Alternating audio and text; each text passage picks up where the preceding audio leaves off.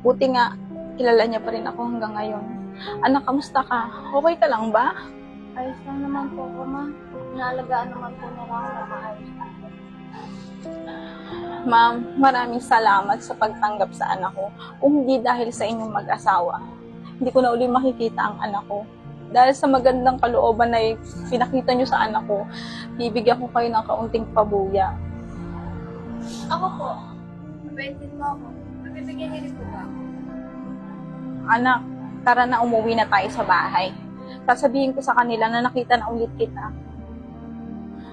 Mama Juris, Tita Mat, maraming salamat po sa inyo. Babawi po ako, promise. Alis na po kami ni Mama. Bye-bye po. Maraming salamat.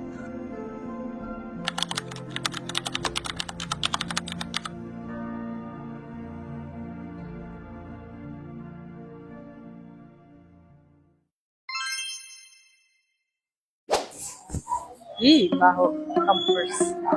Nakatakot. Ganun pala yun, Daddy. Paano na lang pag nalaman?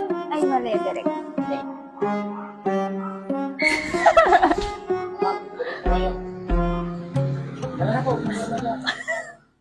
Ulit ko din yun.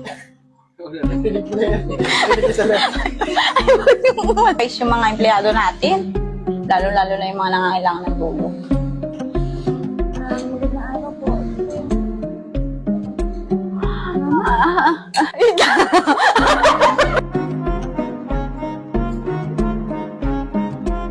Naku, upo pa ako lalabas na.